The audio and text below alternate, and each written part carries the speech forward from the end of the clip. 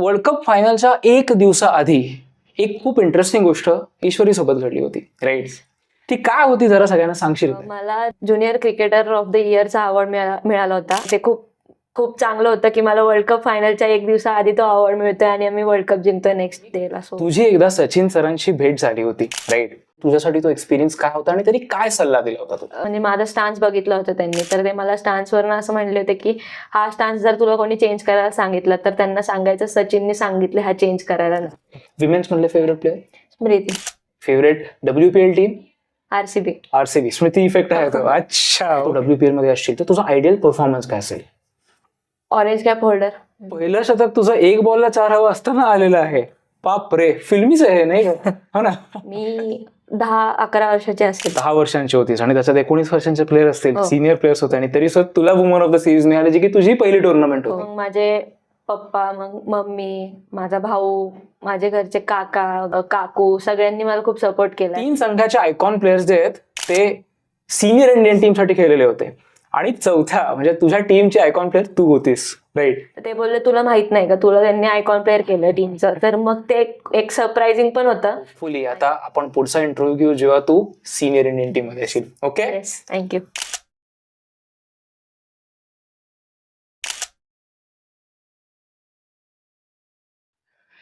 नमस्कार मित्रांनो, क्रिकेट युटीमध्ये तुम्हा सर्वांचं पुन्हा एकदा स्वागत आहे.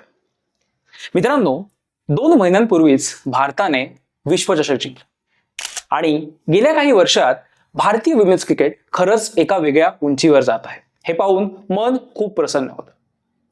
मित्रांनो, मला सांगताना अत्यंत आनंद होतो की वर्ल्ड कप असेल, ज्युनियर वर्ल्ड कप असेल किंवा इतर बाकी सगळ्या बाबतीत महाराष्ट्रातील मुली कुठेही कमी नाहीयेत, कुठेही मागे नाही. इनफॅक्ट या प्रत्येक टीममध्ये महाराष्ट्र भरपूर पुढे आहे. नुकत्याच झालेल्या अंडर-19 इलाइट ट्रॉफीमध्ये, वन डे ट्रॉफीमध्ये महाराष्ट्राने त्या चषकावर आपलं नाव कोरलं आहे. बरं, एवढंच नाही, वर्षभरापूर्वी अंडर-19 वर्ल्ड कपही भारताने आपल्या नावावर केला होता. आज आपल्यासोबत एक अशी प्लेअर आहे जी फक्त या 2 टीम्समध्येच नव्हती, तर जिला गेल्या वर्षी best young cricketer of the इयरचा अवॉर्ड मिळाला होता. मित्रांनो, आपल्यासोबत आज आहे ईश्वरी अवसारे. आपण तिचं स्वागत करूया आणि आपण तिच्याकडून जाणून घेऊया की तिचा आत्तापर्यंतचा प्रवास कसा होता आणि पुढे तिचं ध्येय काय.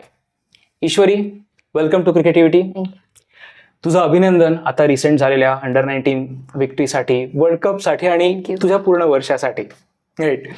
ईश्वरी, आता एक तुझं गेलं पूर्ण जे वर्ष आहे खूप हॅपनिंग झालं, बऱ्याच काही गोष्टी झालेल्या आहेत.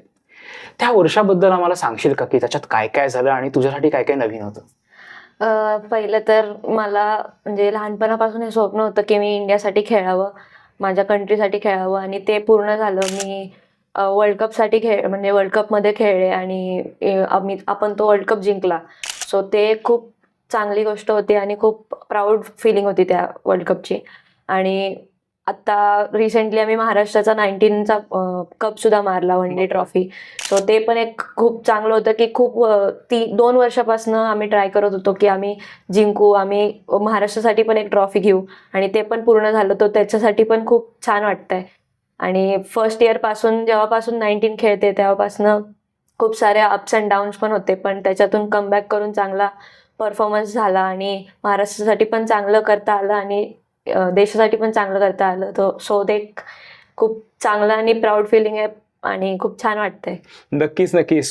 तू म्हणतेस तुझ्यासाठी प्राऊड फिलिंग आहे, मी म्हणेन की हे आम्हा सर्वांसाठी प्राऊड फिलिंग आहे की जेव्हा आम्ही तुम्हाला बघतो, तुम्ही सगळ्या आमच्या लहान बहिणींसारखे आहेत आणि तुम्ही जेव्हा त्या लेवलला खेळता आम्हाला खूप छान वाटतं, राईट? आणि मला सगळ्यांना सांगायचं आहे की आता ती अंडर-19 महाराष्ट्राबद्दल बोलली, त्याच्यामुळे तिचं स्वतःचं शतक होतं, राईट? तिचं खूप महत्त्वाचं कॉन्ट्रीब्युशन होतं, त्याच्याबद्दल आपण बोलणारच आहोत. पण आम्हाला पहिले सांग, आता तू म्हणालीस की इंडियाला रिप्रेझेंट करणं एक स्वप्न होतं आणि ते स्वप्न काही अंशी पूर्ण झालं जेव्हा तू अंडर-19 साठी खेळलीस. ती भावना काय होती जेव्हा पहिल्यांदा ती ब्लू जर्सी परिधान करण्याची संधी तुला मिळाली? खूप म्हणजे जर्सी जेव्हा मिळाली तेव्हा तरी असं खूप छान वाटलं की यार, म्हणजे पहिलं असं वाटलं की खरं आहे का नाही हे. मग नंतर जेव्हा आम्ही फर्स्ट ती मॅच खेळलो, त्याच्यानंतर जेव्हा नॅशनल अँथम वगैरे स्टार्ट झाले एशिया कपला, तेव्हा खूप घूसबम्स पण आले की हे खरं होतंय वगैरे आणि खूप चांगलं असं फिलिंग होतं ते. आणि एक हॅपीनेस जो असतो आणि एक प्राऊड फिलिंग सेम, तेच खूप छान होतं. बरोबर. तुमचा हॅपीनेस आम्हाला सगळ्यांना दिसला खरं तर. जेव्हा वर्ल्ड कप जिंकला ना, तुम्ही सगळे ज्या स्पीडमध्ये पळत होता, हुसेन बोलला तुम्ही त्या दिवशी मागे टाकलं असतं बहुतेक, हो ना? काय होती ती मुवमेंट, मला सांगशील का? जिंकायला आम्हाला 3 रन हवे होते आणि तेव्हा सानिका खेळत होती, सो तिने 1-2-4 मारला आणि त्याच्यानंतर आम्ही बाहेर उभंच होतो की आम्हाला आता जायचंय आतमध्ये. तो जेव्हा भावी आणि धृती पुढे उभे होते तो फ्लॅग घेऊन, त्याच्या मागे मी होते आणि जेव्हा तिने 4 मारला तो बाउंड्री पर्यंत पोचायच्या आधीच आम्ही रेडी होतो आत जायला. आणि ते खूप असं झालं होतं की यार कधी जातोय आतमध्ये आणि एक सेलिब्रेट करतोय. सो खूप छान होतं ते.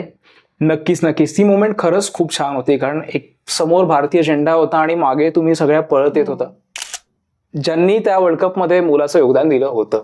राईट. मला सगळ्यांना सांगायचं मित्रांनो की वर्ल्ड कप झाला, त्याच्यामध्ये इंडियाने वर्ल्ड कप जिंकला वगैरे, हे सगळ्यांना माहिती आहे. पण वर्ल्ड कप फायनलच्या 1 दिवसाआधी एक खूप इंटरेस्टिंग गोष्ट ईश्वरीसोबत घडली होती. राईट. ती काय होती, जरा सगळ्यांना सांगशील काय? मला ज्युनियर क्रिकेटर ऑफ द इयरचा अवॉर्ड मिळाला होता आणि ते मी जो फर्स्ट 19 खेळले त्याच्यात मी हायेस्ट टॉप रन्स करत होते वन डे मध्ये आणि T20 मध्ये सुद्धा. सो त्यासाठी मला तो अवॉर्ड होता आणि ते खूप खूप चांगलं होतं की मला वर्ल्ड कप फायनलच्या 1 दिवसाआधी तो अवॉर्ड मिळतोय आणि आम्ही वर्ल्ड कप जिंकतोय नेक्स्ट डेला. सो छान होतं ते फिलिंग. एक्झॅक्टली. ते 2 खूप स्पेशल दिवस असतील तुझ्या आयुष्यातले. राईट. येस. तर मला सांग, हे वर्ल्ड कप झाला, इतका छान वर्ल्ड कप झाला, आमच्यासाठी तर प्रत्येक मेमरी तितकी मेमोरेबल होती. तुझ्यासाठी त्याच्यातली एखादी अविस्मरणीय क्षण कुठला आहे का, सांगशील का? तोच एक दिवस की आम्ही ज्या दिवशी फायनल जिंकलो आणि आम्ही जे पळत गेलो जिंकल्यानंतर आणि नंतर आल्यानंतर खूप मज्जा मस्ती केली, सेलिब्रेट केलं वगैरे. तो एक खूप चांगला मुवमेंट होता सगळ्यांसाठीच. आणि वर्ल्ड कपचाच ऑफकोर्स फर्स्ट डे सुद्धा, जो फर्स्ट मॅच डे, तो सुद्धा खूप चांगला मुवमेंट होता. तिथे वर्ल्ड कपला फर्स्ट मॅचला इन टीम खेळून टीमसाठी जे काही करता येईल ते करणं, ते पण खूप चांगलं मुवमेंट होता. बरोबर आहे. नक्कीच. मला सगळ्यांना सांगायचं आहे की तिने एक अप्रतिम झेल घेतला होता बाउंड्री लाईनवरती, एकदा त्याच्याबद्दल सांगशील का? एशिया कपची फायनल होती बांगलादेश अगेन्स्ट आणि मी डीप मिड विकेटला फिल्डिंगला होते. तर तिथे म्हणजे माझ्या मागेच एक थोड्या अंतरावरच बांगलादेशचा पूर्ण क्राऊड होता तिथे आणि ते खूप चेअर करत होते त्यांच्या टीमला आणि खूप आवाज करत होते आणि ते म्हणत होते, म्हणजे मागून त्यांच्याकडनं पण आवाज येतो की कॅच सोड आता. तर मग तिथे एक कॅच आला मला आणि तो मी कॅच खूप चांगला घेतला आणि नंतर मग जेव्हा पूर्ण टीम माझ्याकडे आली सो सेलिब्रेट करायला, तेव्हा सगळ्यांनी त्यांच्या टीमकडे बघून, त्यांच्या क्राऊडकडे बघून खूप असं सेलिब्रेट केलं की हा कॅच घेतलाय. आणि तेव्हा मग आमचे टीममेट्स मला म्हणले की एकदम चांगलं झालं हे की त्यांच्या क्राऊडच्या समोर तू हा कॅच घेतलाय आणि त्यांचा आवाज नंतर कमीच झाला. बरोबर आहे. ते खूप चांगलं वाटलं तेव्हा. क्या बात आहे. मग तू काही न बोलताही स्लेजिंग केली असं म्हणायला हरकत नाही, हो ना? राईट. आता ईश्वरी बघ ना, आता इतक्या वर्षापासून तू क्रिकेट खेळतेस, पण एक वर्ल्ड कप आला, एशिया कप आधी आलाच होता 1 महिन्यापूर्वी, त्याच्या आधी ट्राय सिरीज झाली होती, एक तू पावलं पुढे जात होतीस. पण पर्टिक्युलरली जेव्हा वर्ल्ड चॅम्पियन आपण होतो त्याच्यानंतर लोकांचा तुझ्याकडे बघण्याचा दृष्टिकोन बदलला का, किंवा त्याच्यात काय परिवर्तन झालं? म्हणजे ऑफकोर्स चेंजेस होते की एक्सपेक्टेशन्स वाढले होते आणि माझ्याकडनं जेवढा माझा एक्सपिरियन्स शेअर करता येईल त्याचं पण हे होतं. प्लस मी इथे येऊन महाराष्ट्राला पण किती कॉन्ट्रीब्युशन करू शकते त्याचं पण त्यांच्याकडनं मला एक्सपेक्टेशन होते. प्लस बाकी आणि फेम वगैरे जो असतो तो सुद्धा होता. ते चेंजेस झाले. वर्ल्ड कपच्या आधी वेगळं होतं आणि नंतर तो चेंज झाला, वेगळा होता. बरोबर आहे. अनेक समाज माध्यमांनी तुमची दखल घेतली होती, महाराष्ट्रातल्या राजकारण्यांनी तुमची दखल घेतली होती. सो नक्कीच तो फार मोठा पॉझिटिव्ह चेंज असेल. बरोबर. ईश्वरी, आपण गेल्या वर्षाबद्दल आता बोलतोय, त्याच्यामध्ये अजून एक प्रेक्षक म्हणून गोष्ट मला आवडली ती होती की WMPL जे झालं होतं, right, women's Maharashtra premier league. एक तर त्याचं पहिलंच एडिशन होतं आणि त्याच्यामध्ये 4 संघ होते. 3 संघाचे आयकॉन प्लेयर्स जे आहेत ते सिनियर इंडियन टीम साठी खेळलेले होते आणि 4थ्या म्हणजे तुझ्या टीमचे आयकॉन प्लेअर तू होतीस. राईट. काय तुझी फिलिंग होती जेव्हा तुला कळालं, तुला कसं कळालं की आपण आयकॉन प्लेअर आहोत, सिनियर मेंबर्स आहेत आपल्याकडे? तर ती मोमेंट कशी होती? जेव्हा ऑप्शन स्टार्ट झालं होतं WMPLचं, तर तेव्हा माझं लिस्टमध्ये नाव होतं की ऑप्शनमध्ये येईल वगैरे असं. आणि तेजलताई सुद्धा, म्हणजे तेजलताई आमच्या टीमची कॅप्टन होती, सो तेव्हा माहित होतं की तेजलताईच असेल आयकॉन प्लेअर वगैरे. तर मग त्या दिवशी जेव्हा ऑप्शन होतं त्या दिवशी त्यांनी डिक्लेअर केलं नव्हतं की कॅप्टन कोण असेल सोलापूर स्मॅशर्सचा.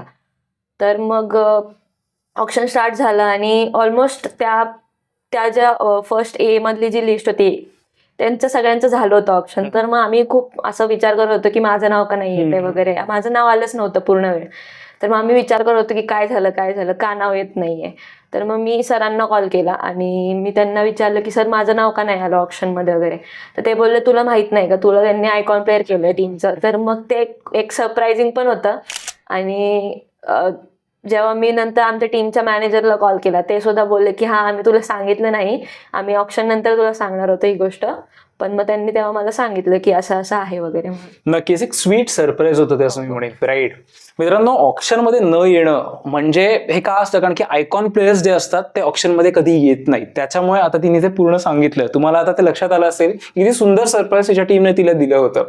आय थिंक एक वर्ल्ड कप विनरसाठी हे एक बेस्ट गिफ्ट असू शकतं. Right, correct. आता ईश्वरी, तुझ्या आता प्रोफेशनल लाईफमध्ये आपण पाहतो बऱ्याच गोष्टी झालेल्या आहेत, अजूनही होतच आहेत. राईट, अंडर-23 मध्ये गेल्या वर्षी तुझा परफॉर्मन्स छान होता, यावर्षी पुढे होईलच अर्थातच. राईट, पण आम्हाला सांगशील का की तुझी क्रिकेटची ही जी जर्नी आहे ती नक्की कधी आणि कशी सुरू झाली होती? मी 7-7.5 वर्षाचे होते जेव्हा मी फर्स्ट टाइम अकॅडमीमध्ये गेले होते. आणि असं झालं होतं की माझ्या आधी माझे पप्पा खेळायचे आणि माझा भाऊ पण खेळायचा क्रिकेट. तर मग त्याला मी ड्रॉप करायला किंवा त्याला सोडायला वगैरे जात होते. तर मग तिथे असंच थोडे दिवस झाल्यानंतर मग सर मला तिथे भेटले होते आणि त्यांनी पप्पांना असं सांगितलं होतं की हिच्यात थोडासा ॲक्टिव्हनेस आहे वगैरे, तर हिला टाका, बघू काय होतंय ते पुढे. तर मग थोड्या दिवसांनी मला अकॅडमीमध्ये जॉईन केलं पप्पांनी आणि तिथून मग जर्नी स्टार्ट झाली. आणि त्यानंतर मग मी एक 1-1.5 वर्षानंतर पहिली मुलींची टुर्नामेंट खेळले होते. अच्छा. तर त्या टुर्नामेंटमध्ये म्हणजे एक लोकल टुर्नामेंट होती ती, की वुमेन्स WCL असं नाव होतं त्याचं. तर तिथे आम्ही फायनल मारली होती त्या टुर्नामेंटची आणि त्या टुर्नामेंटमध्ये मला वुमेन ऑफ द सिरीजचं अवॉर्ड मिळालं होतं फर्स्ट टाइम. आणि ती पहिलीच टुर्नामेंट होती मुलींची, तर ते पण एक चांगलं म्हणजे एक होप्स होते की ह्याच्यानंतर मी पुढे अजून माझं करिअर ह्याच्यात करू शकते आणि मला एक ह्याच्यात करायला चान्स आहे. सो ते तिथून माझी चालू झाली आणि मग त्यानंतर कंटिन्यू आम्ही मुलींच्या टुर्नामेंट्स खेळत राहिलो. आणि मग फर्स्ट टाइम जेव्हा 15ला खेळलो आणि तिथे पण परफॉर्मन्स झाला माझा चांगला. त्याच्यानंतर मग ठरवलं की आता करायचंय करिअर आणि मग तिथून माझं स्टार्ट झालं करिअर. क्या बात आहे. बाळाचे बाय पाळण्यात दिसायचं म्हणतो आपण. राईट, मला ईश्वरी याचं तू सिरीज बद्दल सांगितलीस, मला फक्त एक जाणून घ्यायचंय की जी सिरीज ज्याच्यात तुला पहिले वुमन ऑफ द सिरीजचा अवॉर्ड मिळाला होता, त्याच्यात सिनियर प्लेयर्स पण होते का? हो, त्याच्यात म्हणजे ही अंडर-19चीच टुर्नामेंट होती, पण त्याच्यात अंडर-19 आणि अंडर-16 खेळलेले महाराष्ट्राचे प्लेयर्स पण होते.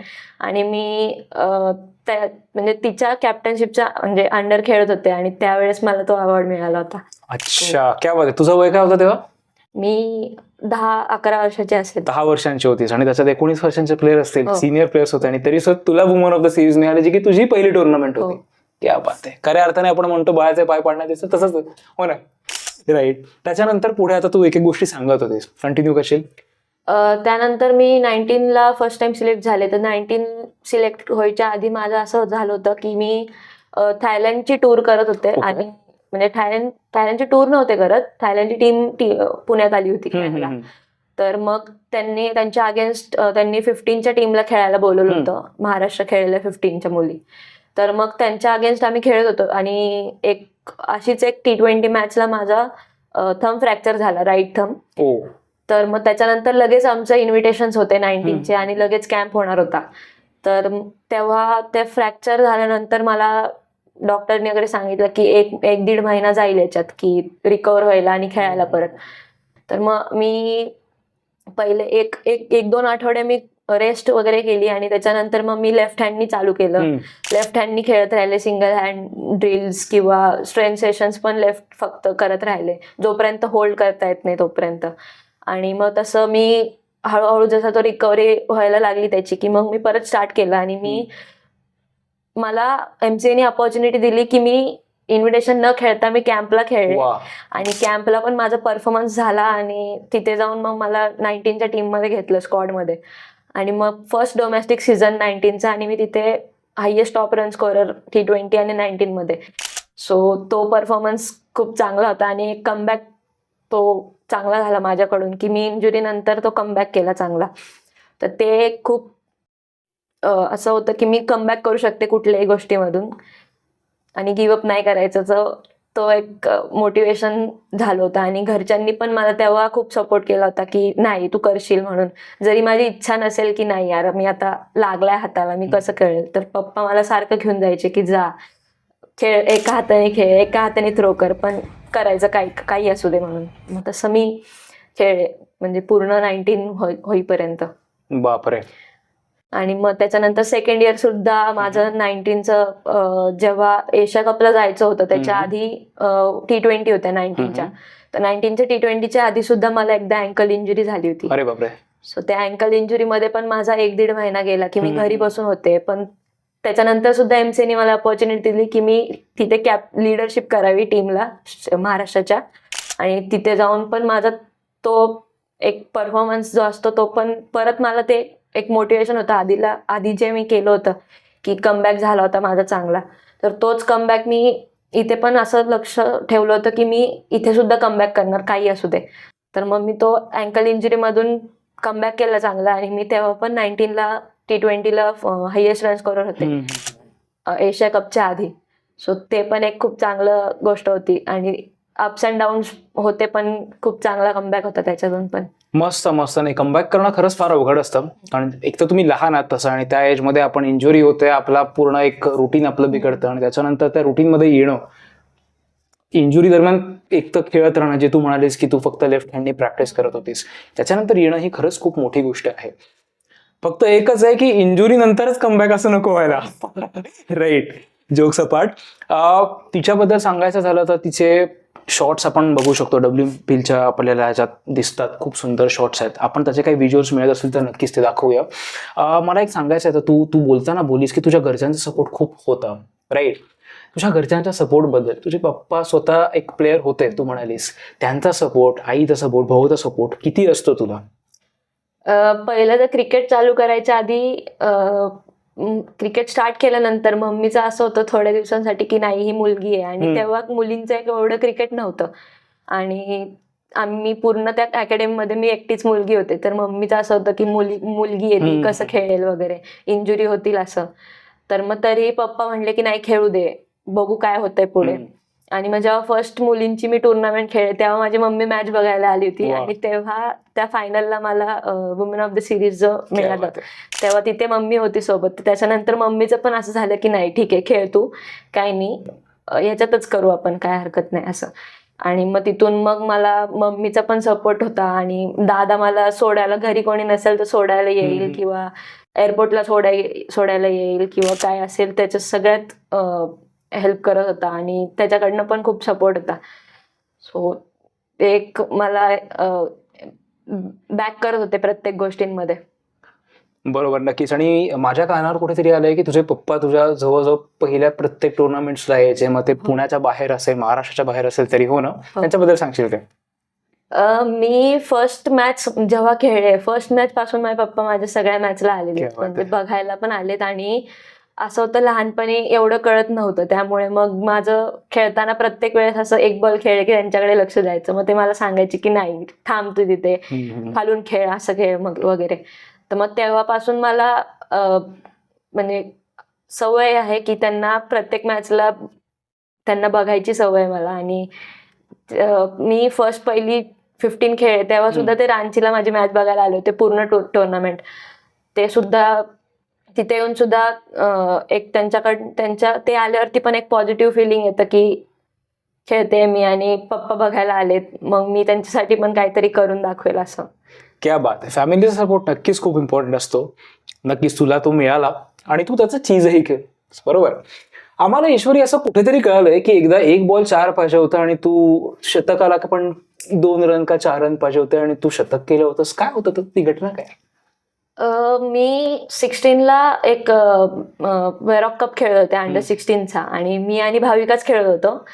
तर आम्हाला जिंकायला 4 रन हवे होते आणि मला 100ला 4 रन हवे होते.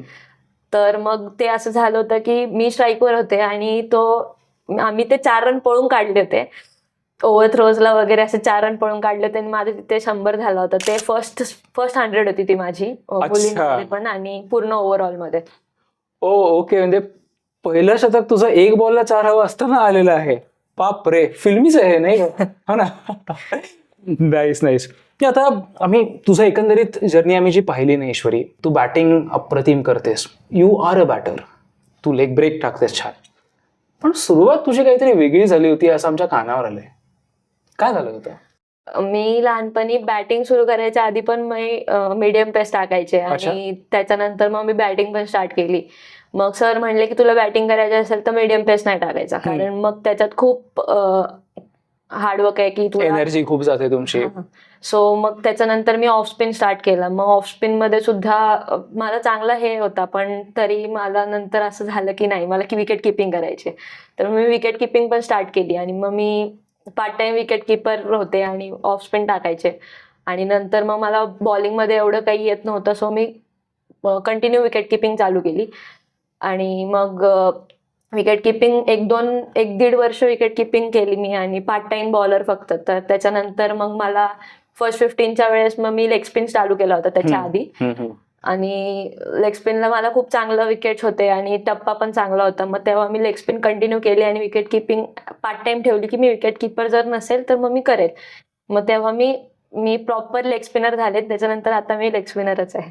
वाव, इंटरेस्टिंग आहे. सुरुवात तू केलीस मीडियम पेसर म्हणून, मग विकेट किपिंग, मग ऑफ स्पिन, आणि आता ते तिन्ही बंद झालंय. आता फक्त बॅटिंग राहिली त्याच्यापैकी आणि लेग ब्रेक आहे. राईट. तुला एक इंटरेस्टिंग गोष्ट सांगतो, क्रिकेटचे देव सचिन तेंडुलकर जे आहेत ते सुद्धा सुरुवातीला मीडियम पेसर त्यांना बनायचं होतं, त्यांना फास्ट बॉलर बनायचं होतं. साधारण तुझंच एज असेल त्यांचं, जेव्हा ते आज तुझं एज आहे त्या एजमध्ये त्यांनी इंडिया डेब्यू केला होता, बरोबर. आणि मग नंतर ते बॅटिंगमध्ये त्यांनी काय केलं सगळ्यांना माहिती आहे, बरोबर. परत आपण क्रिकेटच्या देवाचा विषय काढलेलाच आहे, सचिन तेंडुलकरांच्याबद्दल बोलतच आहोत.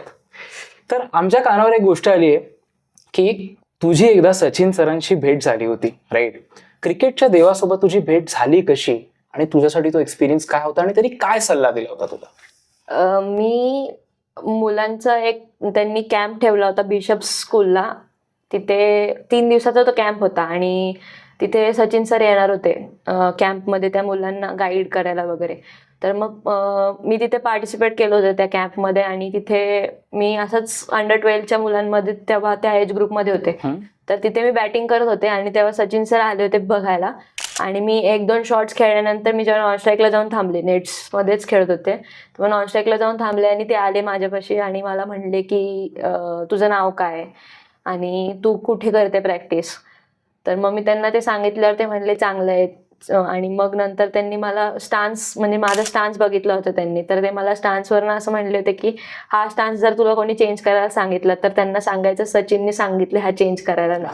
क्या बात आहे. त्यामुळे मग ती एक टीप माझ्यासाठी खूप चांगली होती. आणि त्यांनी मला नॉर्मली एक बॅटिंगची टीप असते की हेड, शोल्डर आणि टो एक लाईन असलं पाहिजे, ती एक टीप दिली होती आणि तो स्टान्सचा हे दिला होता. तर त्याच्यानंतर खूप एक चांगलं वाटलं त्यांना भेटून. एक 10-15 मिनिटं ते माझ्याशी बोलले असतील त्या दिवशी. आणि त्याच्यानंतर लगेच मी असंच थ्रो डाऊन्स करायला वगैरे गेले साईडला आणि तिथे सुद्धा माझ्या मागे मग सचिन सर आणि केदार जाधव ते पण थांबले होते तिथे. तर ते बघत होते बॅटिंग तिथे तेव्हा.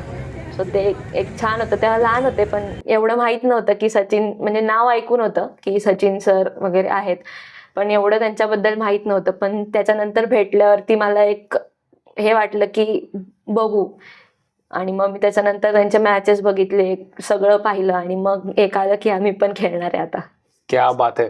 नक्कीच ही खूप मोठी गोष्ट आहे, कारण जेव्हा क्रिकेटचे देव स्वतः तुम्हाला येऊन एखादी गोष्ट सांगतात, आय एम शुअर तो स्टान्स आता बदलला नसेल, हो ना.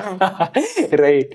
आणि मला एक सांग, आता बरीच मुलं असतील ना त्या कॅम्पमध्ये, मग सर सगळ्यांशी असं बोलायला आले होते का? नाही, एवढं आठवत नाही, लहान होते खूप. पण मोस्टली मी तिथे होते तेव्हा माझ्याशीच, तिथे ज्या अंडर 12चा जो एज ग्रुप होता त्यांच्यामध्ये तरी माझ्याशी जास्त वेळ बोलले असतील ते.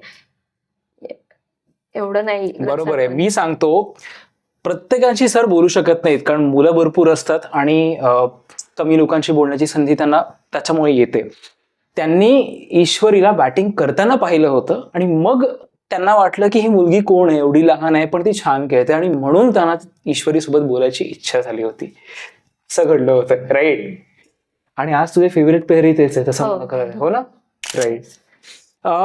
सो आता मला ईश्वरी सांग की तुझ्या आत्तापर्यंतच्या क्रिकेटिंग जर्नीमध्ये तुझी डोमेस्टिक मधली एखादी मेमोरेबल 100 असेल किंवा असं अशी कुठली मेमोरेबल मुवमेंट होती तुझी? मी फर्स्ट 19ला वन डेजला मी हरियाणा अगेन्स्ट एक क्वार्टर फायनलला 100 मारली होती.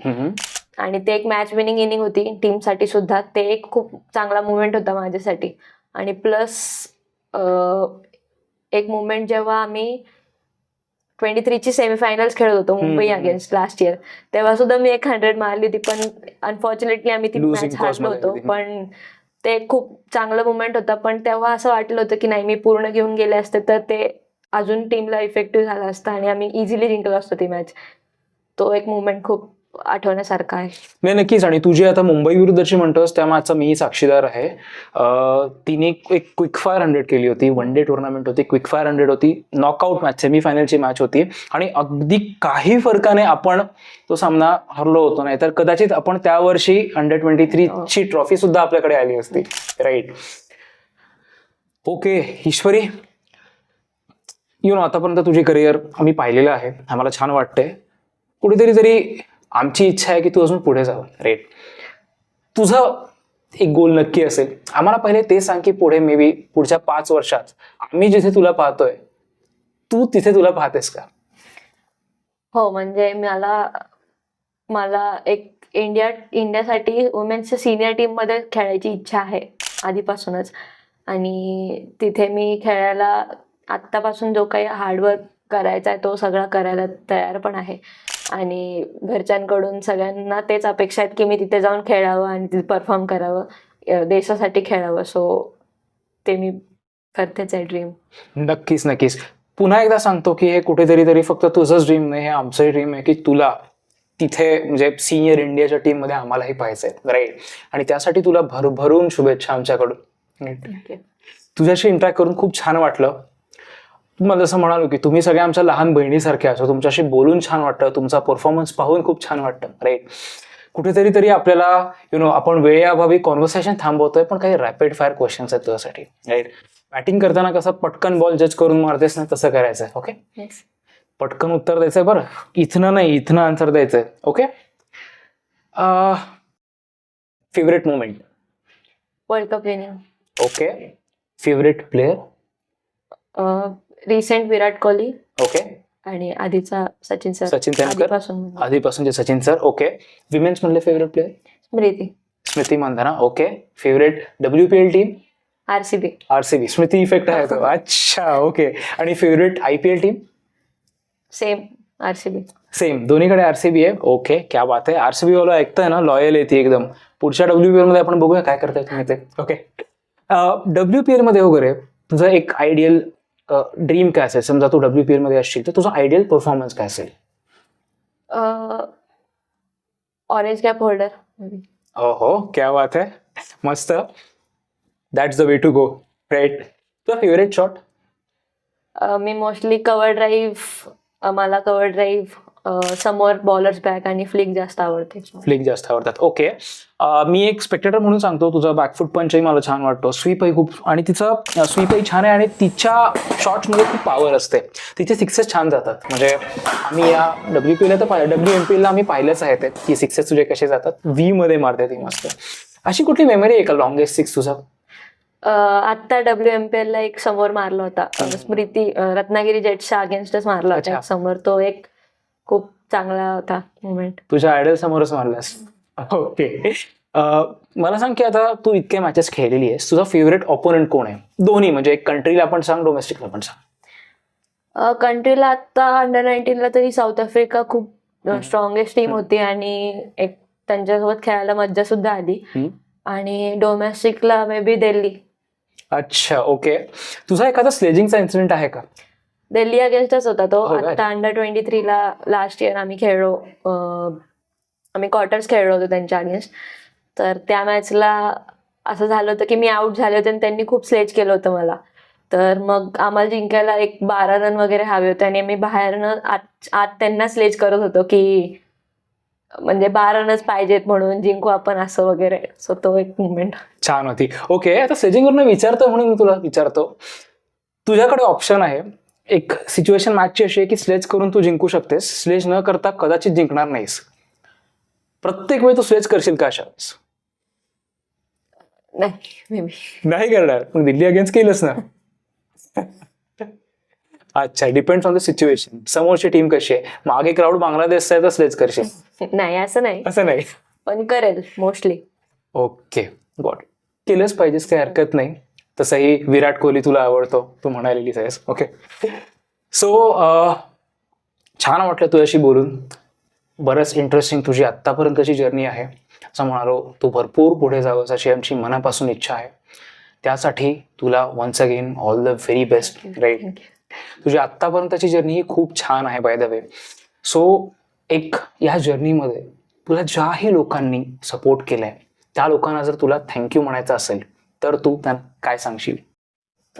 फर्स्ट ऑफ ऑल मी माझे जे कोच आहेत सुनील दिवेकर सर, त्यांना थँक्यू म्हणेल की त्यांनी मला लहानपणापासून क्रिकेट चालू केल्यापासून आत्तापर्यंत खूप सपोर्ट केलाय. प्रत्येक गोष्टीमध्ये सपोर्ट केलाय. इंजुरी असेल तर त्याच्यामधून कसं रिकवर करायचं त्यासाठी सपोर्ट केलाय. परफॉर्मन्स होतोय पण तो ओव्हर कॉन्फिडंट नको जायला, त्यासाठी पण त्यांनी खूप मला डाऊन ठेवायला त्यांनी मला खूप सपोर्ट केला, बॅक केलाय प्रत्येक गोष्टीमध्ये. त्यानंतर मग मी पप्पांना, मम्मीला, माझ्या भावाला, त्याला सुद्धा थँक्यू म्हणेल की लहानपणापासून आत्तापर्यंत प्रत्येक वेळेस मला जी काही गरज होती ते सगळं केलंय त्यांनी मला. प्लस आम्ही म्हणजे माझे काका, माझी काकू, वहिनी, दीदी, भाऊ दुसरा, तर त्यांना पण थँक्यू म्हणेल की मला जेव्हा घरचे मम्मी पप्पा जेव्हा सोडायला नसतील किंवा काही लागत असेल तेव्हा त्यांनी मला हेल्प केली प्रत्येक वेळेस, तर त्यांना सुद्धा मी थँक्यू म्हणेल. आणि नंतर मग मी MCAला थँक्यू म्हणेल की त्यांनी मला आत्तापर्यंत जी काही अपॉर्च्युनिटी दिल्यात त्यासाठी त्यांचं खूप म्हणजे त्यांचे खूप आभार आणि थँक्यू. आणि प्लस MCAचा स्टाफ, त्यांना पण थँक्यू म्हणेल की मला त्यांनी बॅक केलंय प्रत्येक वेळेस. MCAचे सिलेक्टर्स आणि BCCI कडून पण BCCIला पण मी थँक्यू म्हणेल की त्यांनी मला वर्ल्ड कप खेळायची अपॉर्च्युनिटी दिली. So thank you for everyone. Yes yes yes, नक्कीच मी या सर्वांच्या वतीने थँक्यू म्हणतो, कारण ते सगळे होते, तिची मेहनत होती म्हणून ती इथे आहे आणि ती अजूनही भरपूर पुढे जात. राईट. ईश्वरी, तुला खूप खूप शुभेच्छा तुझ्या पुढच्या जर्नीसाठी आणि होपफुली आता आपण पुढचा इंटरव्ह्यू घेऊ जेव्हा तू सिनियर इंडियन टीम मध्ये असेल. Okay, yes, thank you. All the best. Thank you.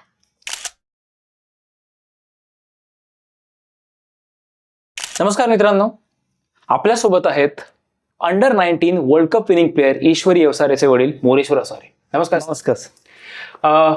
खूप अभिनंदन तुमचं. थँक्यू. मुलीचं कर्तृत्व पाहून खरंच इतक्या लहान वयाची ती असून सुद्धा इतकं कर्तृत्व तिचं आहे. आम्हाला बाहेरून बघून इतकं छान वाटतं. तुम्हाला कसं वाटतं? खूप छान वाटतंय. जे स्वप्न बघतोय मी जेव्हापासून तिला मी टाकलं क्रिकेट अकॅडमीमध्ये आणि पहिल्या 1-1.5 वर्षात जो अनुभव आला तर मला ते अपेक्षा वाढल्या माझ्या तेव्हा की काहीतरी वेगळं आहे आणि होणार आहे. बरोबर. आणि मग मी ते बॅक करत गेलो आणि त्याचं फळं हळूहळू आता मिळत आहेत आणि त्यात तिला वर्ल्ड कपची संधी मिळाली, तिच्या कर्तृत्वावरच मिळाली आणि तो आनंद म्हणजे सांगण्यासारखा. नक्कीच नक्कीच. आम्ही कल्पना करू शकतो की ते आमच्यासाठी जर एवढं हे होतं, तुम्ही जेव्हा तुमच्या कन्येला, तुमच्या लाडक्या कन्येला पाहताय त्या जर्सीमध्ये आणि जर्सीमधून ते वर्ल्ड कपची ती विक्ट्री लॅप घेताना पाहताय, नक्कीच ती मुवमेंट खूप छान असेल. राईट. बरं, मला एक सांगा की आता 2 फेब्रुवारीला वर्ल्ड कप आला, त्याच्या 1 दिवसाआधी अतिशय इंटरेस्टिंग गोष्ट घडली होती. करेक्ट. तुम्ही तिच्या वतीने तो अवॉर्ड घ्यायला गेला होता. येस. आणि अनेक क्रिकेटर्स तुम्हाला भेटले असतील, तिची प्रशंसा करत असतील. हो. ती नव्हती पण तुम्ही होता. येस. ती मोमेंट तुमच्यासाठी कशी होती? म्हणजे अख्खं क्रिकेट जगत तिथं आपण जे टी व्हीवर बघत होतो लहानपणापासून ते सर्व क्रिकेटर्स सर्व तिथं ती मुमेंट्स म्हणजे कधी न येणारी मुमेंट्स माझ्या आयुष्यातली. कारण क्रिकेट मी सुद्धा खेळतो, एवढं प्रोफेशनल नाही पण मी खेळायचो, सीझन क्रिकेट ऑफिसकडून खेळायचो. पण हे जे सगळे क्रिकेटर्स होते जुने सगळे, सुनील गावस्कर पासून ते नवीन क्रिकेटर्स सगळे त्या प्रोग्रामला होते. आणि लकीली ईश्वरी तिकडे फायनलला होती आणि फायनल होणार होती नेक्स्ट डे. आणि 1 फेब्रुवारीला नमन अवॉर्ड्सचा BCCIचा प्रोग्राम होता 2025ला. तर एक 10-15 दिवस आधी मला BCCIतून कॉल आला की ईश्वरीला ह्या वर्षीचं Jagmohan Dalmiya junior cricketer of the year वुमेन्सचं अवॉर्ड आहे. आणि सिनियरचं मला वाटतं स्मृती मानधनाला होतं त्या वर्षी. तर ती मुमेंट म्हणजे अंग कापत होतं माझं की एवढं. आणि थोडंसं अपेक्षितही होतं कारण तिने त्या वर्षी ODIलाही अंडर-9 ODIलाही टॉप स्कोरर होती आणि T20लाही टॉप स्कोरर होती. तर तिथे माझ्या बाजूला पूर्ण त्या दिवशी नेमकी इंडियन टीमची मॅच होती. आदल्या दिवशी सगळे इंडियन टीम सूर्यकुमार या T20 मॅच होती इंग्लंड बरोबर शक्यतो मला आठवत नाही. आणि सगळी टीम म्हणजे त्या हॉटेलमध्ये होते, सगळ्या टीमच्या बाजूला मी, माझी मिसेस, घरातले सगळे बसलेलो होतो. पूर्ण क्रिकेट जगत तिथे होतं, म्हणजे इंडियन क्रिकेट सगळं. बरोबर. ते वेगळाच अनुभव होता की बाजूला बसून आपण अवॉर्ड घेतो. आणि पहिलंच अवॉर्ड ईश्वरीचं अनाऊन्स होतं कारण ज्युनियर पासून सुरुवात होती. बरोबर. आणि ते अवॉर्ड मी आणि माझ्या मिसेसनी घेतलं होतं. हर्षा भोगलेंनी अनाऊन्स केलं आणि जगमोहन दालमियांचे मुलगा त्यांच्या हस्ते ते अवॉर्ड मिळालं होतं. तेव्हा सगळे क्रिकेटर्स त्यावेळेस नाही का एक कौतुकास्पद बोलत होते. ती मोठी मुवमेंट होती माझ्यासाठी आयुष्यातली. नाही, नक्कीच ती खरं तर मोठी मुवमेंट सगळ्यांसाठी होती. कारण तुम्ही म्हणालात स्मृतीने सिनियर मधलं अवॉर्ड मिळवलं होतं आणि ईश्वरीने ज्युनियर ज्युनियर. याचा अर्थ दोन्ही अवॉर्ड महाराष्ट्राकडेच होते. हो, महाराष्ट्राकडे होते. करेक्ट. आणि आता एक छोटासा प्रश्न आहे बघा. आता विचार करा, आज ईश्वरी 16 वर्षांची आहे. 20 वर्षांपूर्वीचं इमॅजिन केलं होतं का की कोणीतरी आपल्याच घरापैकी, कोणीतरी अवसाऱ्यांपैकी कोणी इंडियन टीमसाठी खेळेल? नाही, असं इमॅजिन केलं नव्हतं. पण मी पहिलं मुलाला क्रिकेटला टाकलं होतं. माझा मुलगा खेळायचा पहिला. पण थोडंसं मुलांचं कसं असतं, आपण शक्यतो करिअरसाठी हे करतो, प्रयत्न करतो, पण थोडंसं त्याचं होत नव्हतं क्रिकेट, म्हणजे स्कोअर व्हायचा नाही. 4-5 वर्ष तो होता, खेळत होता. मग नंतर 10thला आल्यानंतर त्याला थोडासा ब्रेक दिला मी, म्हटलं थांब. आणि त्याच वेळेस ही 7-8 वर्षाची होती आणि मी हिला क्रिकेटला टाकलं. सर म्हटले की बघू आपण हिची काय करते, खूप चंचल वाटते हे, म्हणून टाकलं. पण ते 1-2 महिन्यातच तिचा एवढा जो हे दिसला, तर ते सरांनी माझी जवळ 2-3 वर्ष फीज घेतली नाही. म्हटले ती फक्त तुम्ही तिला सोडत जा, आणत जा. आणि 1-2 वर्षात एवढी तयार झाली ती की खूप टुर्नामेंट येते, लोकल टुर्नामेंट खूप व्हायच्या पूर्वी. तर तिचं एवढा परफॉर्मन्स हे होता, म्हणजे की प्रत्येक टूरला ती 100-50 खेळायची. मला आठवते तिची पहिली मॅच सरांनी जवळ ती 8 वर्षाची होती. पहिली मॅच ती अण्णासाहेब नगर स्टेडियमला खेळली होती. तर तिला पहिलीच मॅच होती तिच्या आयुष्यातली. खूप लहान होती, बॅट पॅड एक तर तिला झेपत नव्हतं सगळं. तर तिला सरांनी सांगितलं होतं फक्त, दिवेकर सरांनी, की तू फक्त आऊट व्हायचं नाही, थांबायचं, रन नाही करायची. तर जवळजवळ ती 20 ओव्हरची मॅच होती. ती जवळजवळ 13 ते 14 ओव्हर विकेटवर थांबली होती. म्हणजे ती आऊट झाली नाही. मला वाटतं 7-8 रनच केले असेल त्या पिरियडमध्ये तिने. आणि ती मॅच जिंकलो होतो आम्ही, यांची टीम. ती पहिली मॅच तिची आठवते मला. अशा बऱ्याचशा मॅच नंतर तिने वन साईड स्वतःच्या ह्याच्यावर नंतर खूप, म्हणजे तिच्या खूप अशा लोकल टुर्नामेंट पुण्यामध्ये खूप मॅचेस तिने जिंकून दिल्या, खेळायला लागली. आणि आता महाराष्ट्रासाठी खेळते. महाराष्ट्र साठी खेळते तो मोठा म्हणजे माझ्यासाठी आहे. नक्कीच नक्कीच नक्कीच आम्हा सर्वांसाठीच ते अभिमानास्पद नक्कीच आहे. आता तुम्ही जसं म्हणालात की दिवेकर सरांचा एक मुलाचं सहकार्य लाभलं, जसं की त्यांनी सांगितलं की फक्त तू टिकून राहा. हा कॉन्फिडन्स किती महत्वाचा असतो इतक्या लहान प्लेअरला, राईट? तसंच तिच्या करिअरसाठी असंख्य लोकांची मदत तुम्हाला झाली हो असेल. हो नक्कीच. या माध्यमातून तुम्हाला त्या सगळ्यांना धन्यवाद द्यायचा असेल तर कोणाकोणाला असेल? सर्वप्रथम तर मी दिवेकर सर आहेत, सुनील दिवेकर सर, ज्यांनी सुरुवात तिची म्हणजे म्हणतो ना मुहूर्त मेढ रोवली की तिने खेळावं आणि तिचं एक ओळखलं त्यांना थँक्यू म्हणेल. त्यानंतर माझी फॅमिली, माझं कुटुंब, एकत्रित कुटुंब आहे. माझे घरातले सगळे, माझी मिसेस, भाऊ, वहिनी, त्यांची मुलं, माझा भाचा, की तिला कधीच मला असा प्रॉब्लेम आला नाही. मलाही ऑफिसमधून सहकार्य मिळालं. माझ्या सुट्ट्या होत्या, सुट्ट्या घेऊन जायचो, कारण 8-10 वर्षाचा प्रवास आहे. कारण आणि कंटिन्यू इथे लोकल टुर्नामेंट मॅचेस असायच्या, सोडणं आणणं. प्रत्येक मॅचला मी जवळजवळ हजर आहे. तिच्याजवळ 250-300 मॅच मी बघितलेत स्वतः ह्या एवढ्या 8-10 वर्षात. त्याच्यात फॅमिलीचा तर सपोर्ट होताच माझ्या, की आणणं नेणं, कुठेही जा. मग पुण्यातच असायच्या matches. Out of the city असेल तर मी जायचो, कधी माझा पुतण्या जायचा, म्हणजे सर्वांचा सपोर्ट. त्यामध्ये ह्या प्रवासात माझे मित्रमंडळी, माझे मित्र जे क्रिकेटचे आवड तिला बघायचे खेळताना, त्यांचा सपोर्ट, माझ्या ऑफिसकडून सपोर्ट होता. परत माझे रिलेटिव्ह सगळे. आणि ह्या प्रवासात पूर्ण बरेचसे कोचेस तिला मिळाले. त्यानंतर जेव्हा अंडर-15 खेळायला लागली, महाराष्ट्र क्रिकेट असोसिएशन प्रत्येक वेगवेगळे कोचेस असायचे, त्यांचा एवढा बॅक मिळाला तिला. सिलेक्टर्स लोक जे आहेत, आता मी जवळजवळ ती आता 2021 पासून खेळते महाराष्ट्राला, 20-21. जे सिलेक्टर्स, कोचेस, स्टाफ मिळाला, त्यांनी तिला कायम बॅक केलं. तिचं खेळ बघून तिला कधीच असं हे नाही केलं, मोटिवेट करत राहिले. आणि त्याचाही तिला फायदा झाला. महाराष्ट्र क्रिकेट असोसिएशनचा याच्यात खूप मोठा वाटा आहे.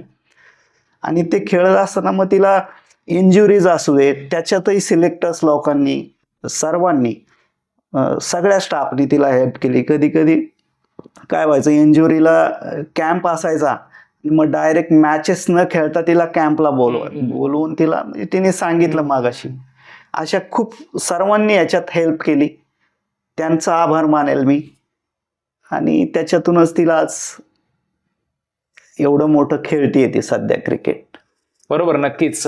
आणि ती ज्या प्रकारे परफॉर्म करते, नक्कीच या सगळ्यांचं सहकार्य यापुढेही लाभेल. हो, जसं मी म्हणालो, तुमची इच्छा आहे, ईश्वरीची इच्छा आहे, तीच आमची इच्छा आहे की लवकरच आम्हाला ती सिनियर इंडियन टीम मध्ये दिसावी. आणि त्यासाठी तुम्हाला, ईश्वरीला आणि सर्वांना खूप खूप शुभेच्छा. All the very best. Thank you so very much. Much. Thank you. Sir, सर्वप्रथम तुमचं अभिनंदन की तुमच्या विद्यार्थिनीने एवढी मोठी मजल आज मारली आहे. थँक्यू. आज आम्ही तिला क्रिकेटर म्हणून पाहतो, तुम्ही तिला अगदी लहान असल्यापासून पाहताय. ईश्वरीचं आज हे यश पाहताना तुम्हाला काय वाटतं आणि तुम्हाला तिच्या कुठल्या आठवणी आठवतात? तसं ईश्वरीने क्रिकेट वयाच्या 7व्या वर्षी सुरू केलं होतं आणि तिच्या अंगातली धमक किंवा तिची एनर्जी बघून मला नक्की खात्री होती की ती एक दिवस इंडियाचा वर्ल्ड कप नक्की खेळेल किंवा इंडियाकडनं नक्की खेळेल ती. आणि जवळजवळ 3-4 वर्षानंतर वयाच्या 14व्या वर्षी ती 13व्या वर्षी ती पहिले अंडर-15 खेळली स्टेट महाराष्ट्र.